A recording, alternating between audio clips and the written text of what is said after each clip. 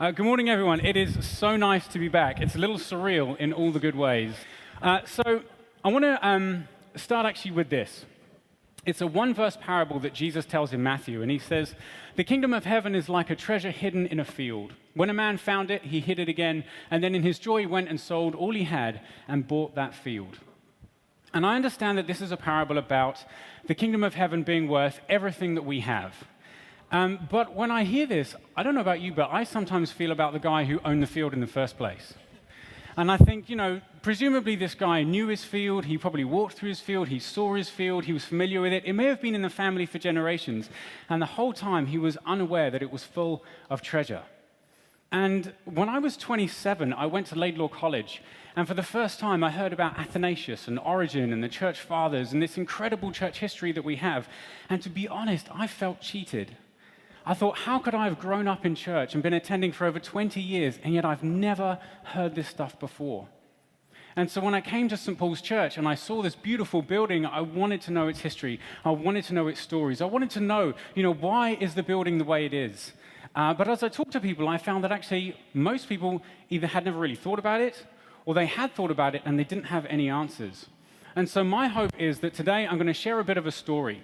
I'm going to share the story of St. Paul's. I'm going to highlight a few bits of our beautiful building. I'm going to show you a few little treasures around that you would never know are there. And I'll show you some pictures of things that you have to go and hunt for a little bit later yourself.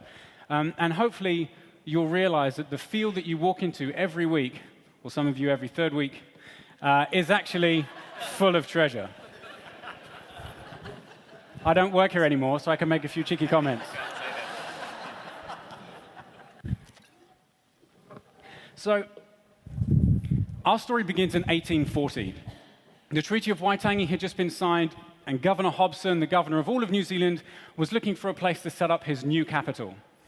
And short version is, he comes here to this landmass. He purchases 3,000 acres, which is basically the CBD within the motorway ring road, at the invitation of the primary Ngāti Whātua chief, Apihei Te Kawau. And he climbs the bracken-clad hills, which is today's Upper Queen Street, and he plants a flag and he says, this is the new capital of New Zealand, and he calls it Auckland, after the Earl of Auckland, his patron in the UK.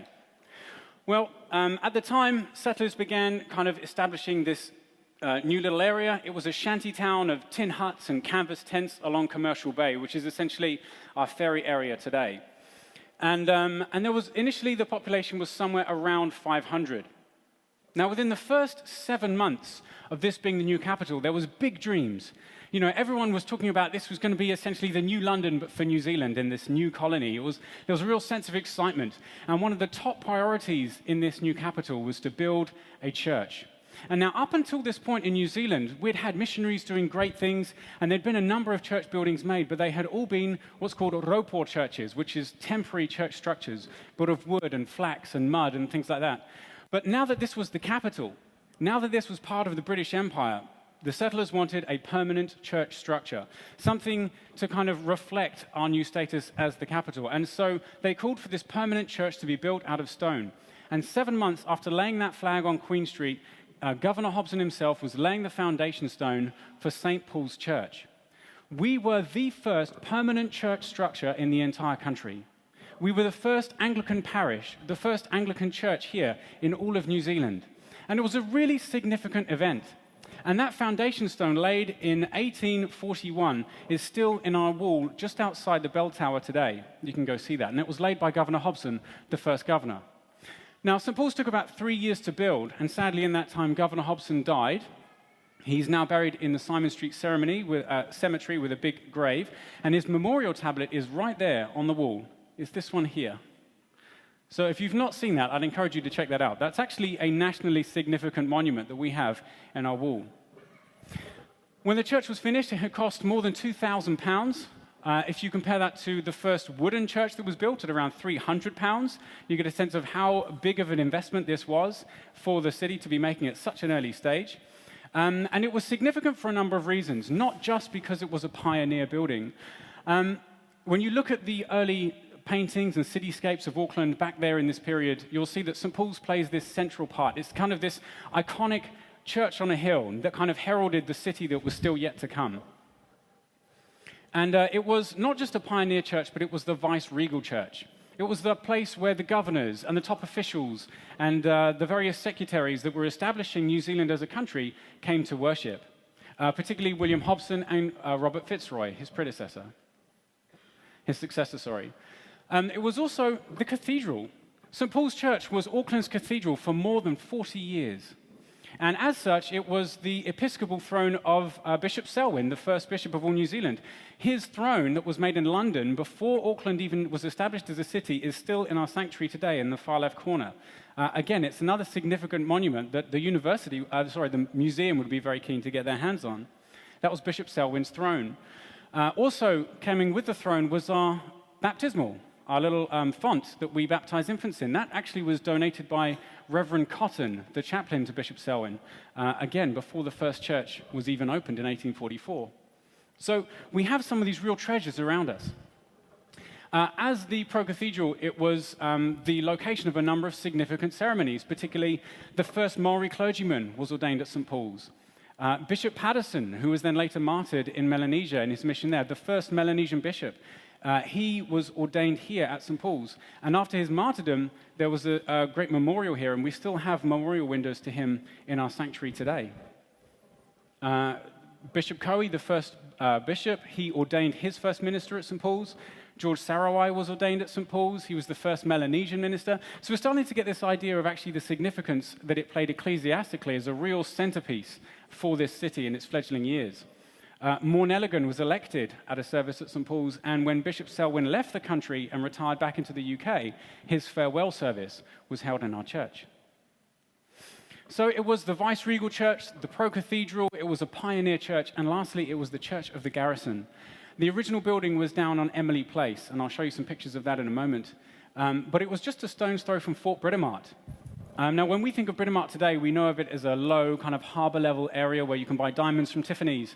But back in the day, it was a promontory that overlooked the sea. There was a cannonade. It was where the garrison was stationed. And the troops used to march to St. Paul's every week in full uniform. And the officers would attend here.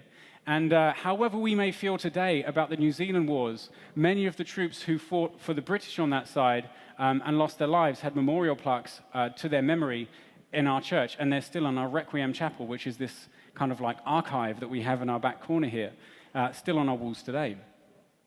That obelisk, by the way, was built in memory of Reverend Churton when he died, the minister whose prayer we heard this morning. And that still exists. I'll show you it. Also, as a symbol of the close connection between the garrison and our church, when the regiment left New Zealand in 1858, they gifted their flag to our church as a symbol of their connection and friendship. Now, we never actually received it, but you can see it today in the Auckland War Memorial Museum. Now, when the colony started, it was about 500 people, and St. Paul's could fit about 400 people. But by the 1860s, there were more than 27,000 people living in Auckland. And understandably, the church was a little bit full. And there's this lovely example here in the Daily Southern Cross. Other churches had been built by this point, but even as we see here, every Sunday, the porch of St. Paul's was crowded with people, and every Sunday, they may have noticed the wardens passing in the aisles, anxious to find places for the people, until not a seat could be obtained. And it goes on about how people who are turned away often never return, and how every day new settlers are arriving into the city, and the first thing they want to do is come to church and thank God for a successful passage. And so there's these moves for St. Paul's to be either demolished or increased in size, and what happens is the building was expanded. It changed from seating 400 to seating 700 plus the choir, and they did that by knocking out the walls and building directly across the nave, effectively turning the altar 90 degrees, but massively enlarging the church. And it looks pretty impressive, I think. Quite a beautiful, it was plastered to look white, apart from the top of the spire that was still the original red brick. But it looked like that in 1863. And the engineer who did that, incidentally, was the same guy who built the Great South Road. I love this picture from early Auckland. The blue arrow points, obviously, to St. Paul's, but the orange arrow points to the schoolhouse that was on Eden Crescent. And this is where the Sunday school was taught, and it's where they also educated, I think, boys in the early years. And the green arrow, if you can see that, points to the vicarage. And so you can see all three of the significant buildings in close proximity. This is what it looked like on the inside. You can see that organ there was actually a gift from Queen Victoria to St. Paul's. It was built in 1779 by the famous British organ builder John Avery. And here's another shot of the interior. And I love this one because you can just see in the shot two of our memorials that we still have on our walls today that were there in the walls in that first church. However, these things didn't last. Obviously, we're not sitting at Emily Place today, and that's not our church building. So what happened? Well, Britomart was found to be kind of in the way. Auckland was progressing, and they wanted a railway and a frozen meat works, and so the decision was made to mine Britomart Point and get rid of it. And so here's a photo of some of the miners removing it by cart. Explosives were used and all kinds of things, and they got rid of Britomart, but unfortunately, they went a little bit too deep. And we can see here St. Paul's is left teetering on the precipice and the edge, and unfortunately, the engineers' reports confirmed that it was no longer structurally sound, and so after only 40 years since it was founded, St. Paul's was demolished in March 1885. It's really sad, isn't it? Let's just acknowledge that for a moment, actually, the loss of this iconic building. But fortunately, the church is not limited to the buildings that we meet in, and St. Paul's obviously continue to thrive and continue to exist. And so, do you remember that schoolhouse I showed you earlier in that photo? Well, what they did was they took the schoolhouse and they took it down to its foundations and they built a replacement church there instead. And this was our home for 10 years while we tried to find a more permanent solution. And when we finished using this church, it was actually given to the Church of the Holy Sepulchre up on Khyber Pass, and it is still there today. If you ever up that way and you go into the car park behind the church, you'll see our old building is still there. It's been adjusted slightly to now serve as the Church Marae, but originally it was their school hall. This drawing is brilliant. It shows in purple is the circle of St. Paul's, where we originally were on Emily Place. And red is the farmland that we're currently on right now. This was the new plot that was purchased, and it's where St. Paul's relocated to. Now, the architect was a guy called William Skinner, and he had this grand plan to design something that was really quite spectacular. I mean, after all, St. Paul's was in living memory the first church of the city. It still was actually the cathedral right up until about this point. And so, such a grand heritage required a very grand building, and he had this big dream. Unfortunately, his dream and his drawings were a little bit bigger than our savings, and so we weren't able to build the whole thing. But it certainly did draw a lot of media attention. This is a cartoon from a newspaper, and this is Canon Nelson, the vicar of St. Paul's at the time. And he's looking at a sketch of the church, and he says, "And yet I am only a canon. Why? With a church like this, they ought to make a bishop of me." Again, it reflects the sense of how grand of a plan it really was. Well, just as the first foundation stone had been laid by Governor Hobson, it was relaid in our walls by the now governor, the Earl of Glasgow. He used the same trowel that had been used by Governor Hobson all those years prior, and the original builder of the first church, a guy called Joseph Greenwood, was 88, and he was the guest of honor. And this was a huge event. It was a ticket-only event, and big crowds, big pomp and ceremony, and the foundation stone was laid in 1893. And again, you can see that just outside the bell tower. Now, you may not know this, but our church is inspired by Christchurch Cathedral. Obviously, it's not a dead ringer for it, but there's clearly a lot of overlap and similarities. Basically, our architect, a guy called William Skinner, was a big fan of Sir Gilbert Scott, and his only New Zealand work was Christchurch Cathedral, and so he kind of pinched some of his ideas. So the church was completed, almost, and here it is, in 1900. Now, the total cost of the church would have been around £6,000, but we only had about £4,000. And so, as is typical with churches, they decided to build it in stages. Christchurch Cathedral was also built in stages. And the first thing they did was build the nave and the crypt, which was the Sunday school originally, and the bottom half of the tower. And the idea was to add the spire and some other elements later. You can see in this photo at the back, incidentally, there is a temporary wooden chancel, which we'll get to in just a minute.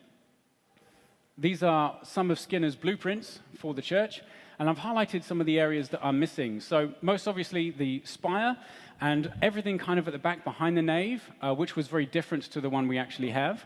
But also there were going to be these pinnacles all the way along the side that would have made it look very kind of, well, a lot more medieval, neo-Gothic, but they were never added. This is what it looked like on the inside. You'll notice the walls were never painted. They were the original kind of red brick themselves. And the chancel was a temporary wooden structure that goes about as far as where those arches are today. It was about how deep it was. And it was built out of wood. But a lot of things were also not built, besides the chancel and the spire. You'll notice these rough stone walls at the base of our nave here that look like a papier-mâché or weekend working bee from the children's ministry. That's because they were never supposed to be exposed. The plan was to cover them in these beautiful curry timbers that were in the same kind of pattern and design as our ceiling, but they were not done. Also, you'll notice these panels here where the roof meets the wall, they're all kind of a solid wood, but they were supposed to be carved as well for ventilation. We do have one done up by the bell tower, but apart from that, they're all still solid. Maybe that's something we can change one day.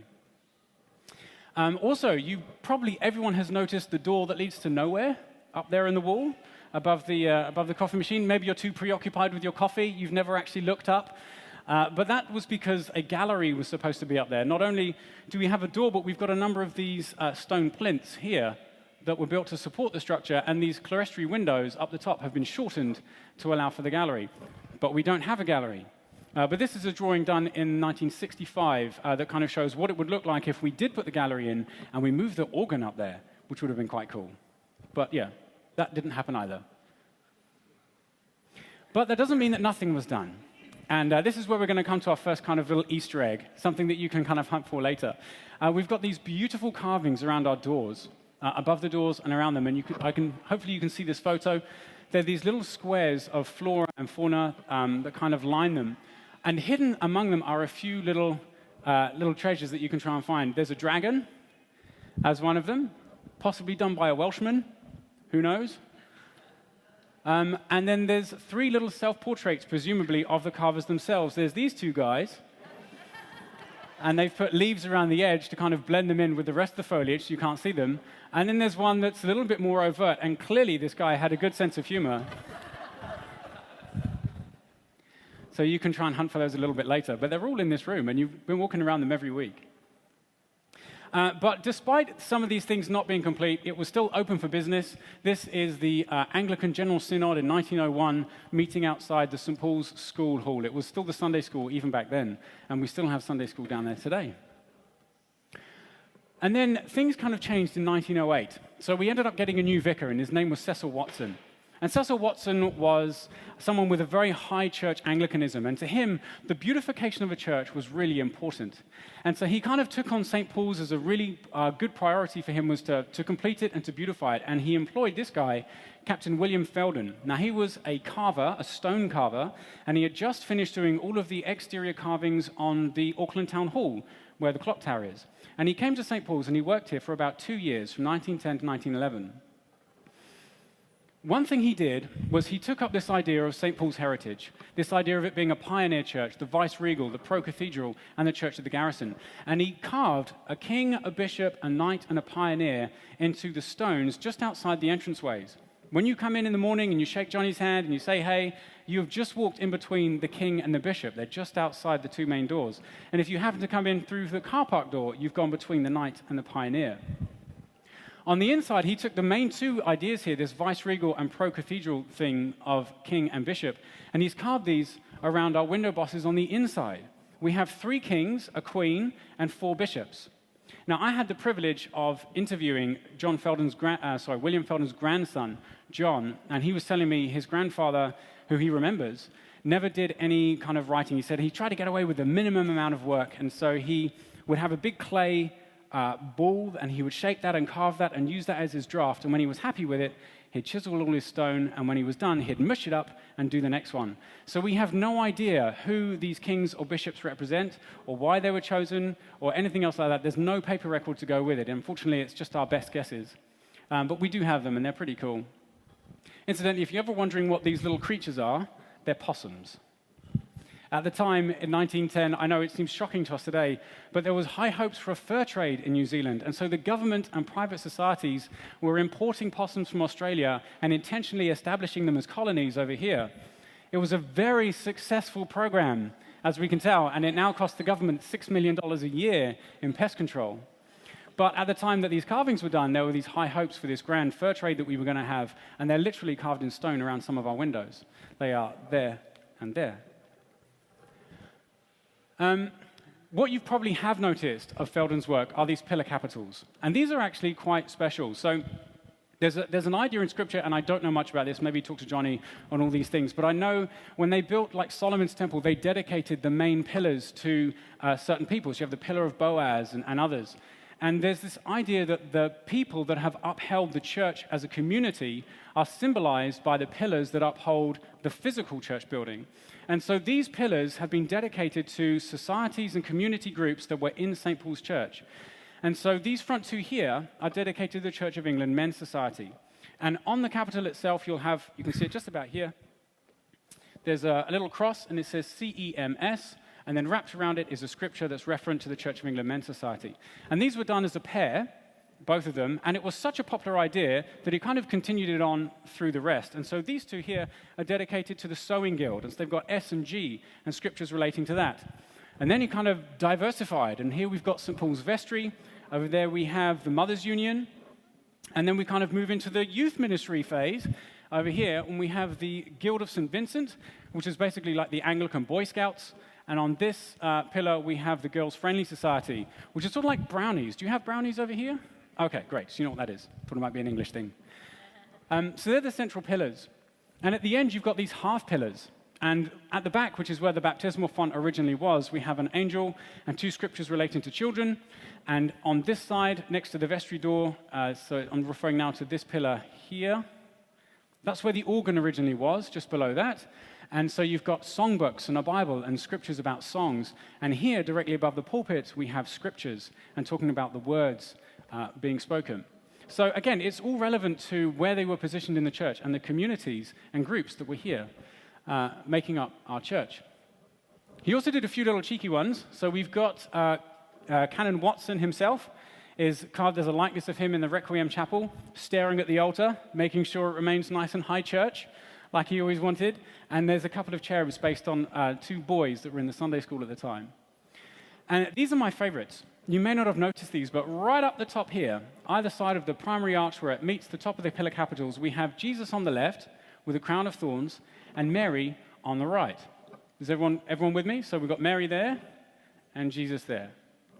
And Jesus is wearing his crown of thorns, and next to him, this pillar capital here is full of grapes, which is symbolic, obviously, of the blood of Jesus in the Eucharist. And on the other side, we have its twin, Mary, looking very downcast and solemn. And beside her, the pillar capital is covered in passion flowers, which is an ecclesiastic symbol for the crucifixion. So the idea being, as you approach the altar, you pass between Jesus and Mary and the symbolism of the cross. Pretty cool, eh? Yeah. Another little gem that you can try and find is the green man. Now, if you're at the Stain talk, I mentioned this there, but the green man is basically a symbol in European churches that appeared around 400 AD, and it's a human face with leaves sprouting from the nose and mouth, usually, and it's a symbol of creation and of new life and of regeneration. And artisans, back in medieval times, they would like to hide little clues and things around in their buildings. And the green man is kind of a classic symbol of something that people would hide somewhere in a church for people to find. And Felden thought it'd be a good idea to put one here. And so I was stoked when I found this guy as I was cataloging a few things. Somewhere around the windows, you'll have to find out where, is a little green man for you to seek out. But he didn't actually carve all the stonework. These are some photos of stone blocks that still exist on the outside of our church that are still yet to be carved. This is what all of our carvings originally looked like before Felden applied his chisel. And there's lots of them on the inside too. All of our clerestory windows up here, they're all finished with these cubes of stone that are uncarved. And these, if you ever noticed how badly finished some of these are, these plinths, it's because they were never carved. And so they were supposed to be, but they haven't been. And so my hope is when stained is finished and we've kind of done all the windows thing, we can do stoned.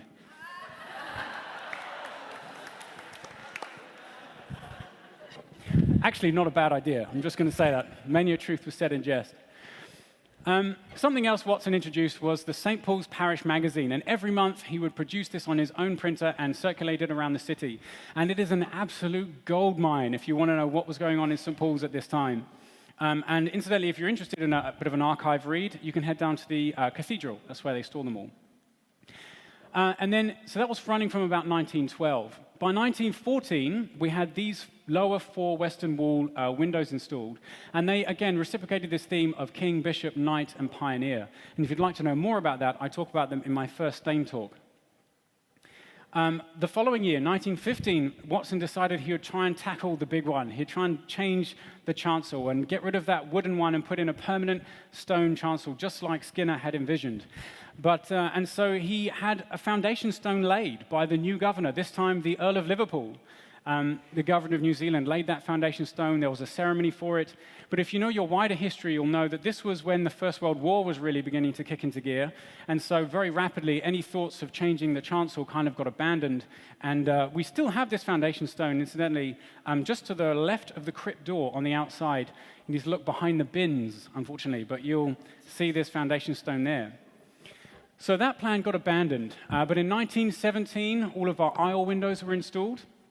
And again, if you'd like to know more about those, I talk about them in my second stain talk. But as a quick heads up, there's basically 17 windows.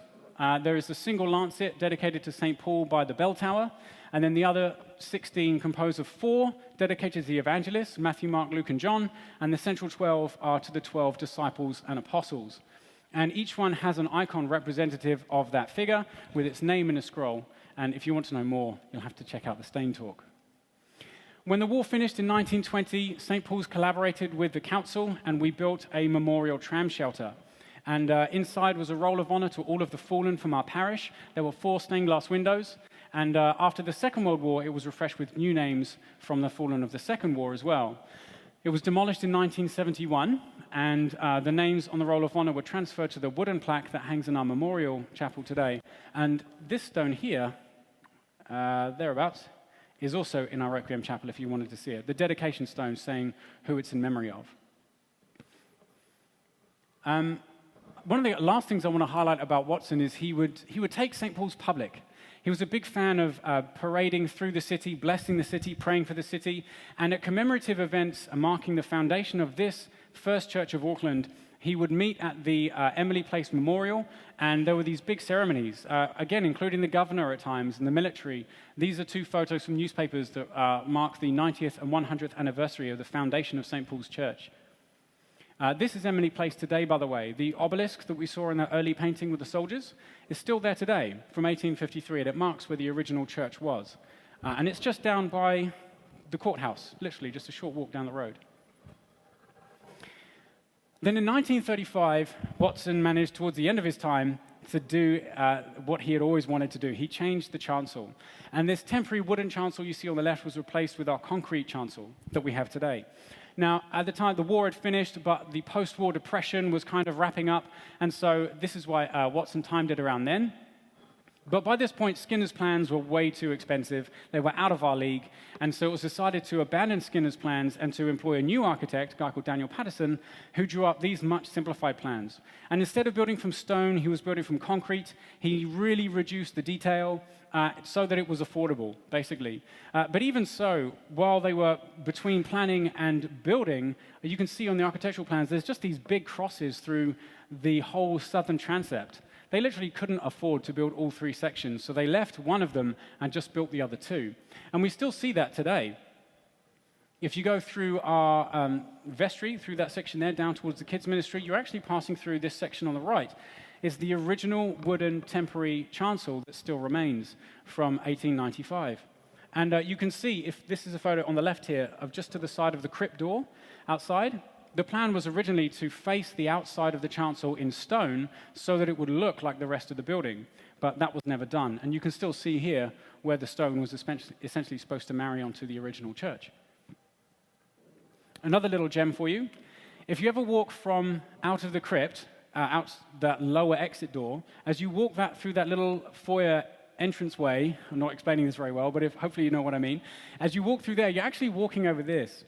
Under the floor, there is a large wooden wheel wrapped in leather attached to a big piston, and we think it was probably part of an old engine from one of the previous organs, or it might be maybe something used in the construction of the chancel that was never removed. So either way, that's just underneath the floor as you walk through that way. And also under there, there's a lot of glass bottles just still left on the wall, presumably from the builders as they were working away in the 1930s. Finished their drink, stuck it on the wall, and it's still there today. I thought about taking one, but I was like, no, it's too cool. I just have to leave it there. And another thing, actually, I was looking for a different stone that I'd read about. And as I was looking in the bell tower, I noticed this one here. Now, this stone is just to the right of our bell tower door, literally just through there. And there's a number of names and signatures written on there. And I'm just going to enlarge it because there's a date on here, the 4th of October, 1937. And so we believe that these are probably the signatures of builders who built our chancel and maybe did some other works to the bell tower doors. And as they finished, they literally signed their names on the stone as a job well done. And more than 80 years later, it's still sitting there next to our bell tower door. So you can check that out too. So the chancel was finished in 1936. And you'll see that the window was a bit different. It had stone tracery through it, but that was then later replaced. And at the bottom of the altar, by the way, was built out of stone against the wall originally, but that was also changed. And at the bottom, there was this low stone wall. And after the service, you're welcome to have a look at the bottom of these two big pillars. You'll still see the scars of where those walls originally met the pillar. And in this wall were 4 significant stones. Now, Reverend Watson had written to the cathedrals in England, and he had talked to them about how, the heritage of St. Paul's as this ancient English church essentially come to New Zealand, and it being, the first church of the city and so on. And so Westminster Abbey, Canterbury Cathedral, St. Paul's Cathedral, and York Minster all sent over stones from their ancient cathedrals, and they were originally in our chancel wall, and today they are in our Requiem Chapel. So you can see those as well. Over the following decades, most of the other windows were dedicated to various people and stained and installed. If you'd like to know more about those, check out the third stain talk. And the sanctuary windows were done as well, our main east window and the ones dedicated to Bishop Patterson and George Saraway. But that was basically it. After that, in the 1960s, 1970s, really there were no major changes to this church up until Johnny and Esther took the helm. And since then, we've had some of our worst condition stones restored and secured. We've had our doors repainted. We've had drain issues resolved, and the crypt floor now goes all the way out to the wall. We've had weeds and all kinds of things taken out of the walls to try and protect and preserve this building because, to be honest, it was left to decades of neglect and was in real need of some attention. Incidentally, another little treasure for you. If you can just see this here, it's actually a hole in the wall that was previously hidden below the stage. Does anyone here remember when the stage was in the crypt? So you couldn't see it before, but when we removed the stage, there was this little wall, a hole in the wall, and we climbed through it, and there's actually secret room in there. So when you come in from the street and you say hello to Johnny on your Sunday morning and you walk through the porch, you assume you're walking on solid ground because you've just walked off the pavement. But actually, directly below you is a room of the same size and proportions directly below you, and it's the same under that porch leading towards the car park as well. This is me and Indiana James checking out the secret room under the porch.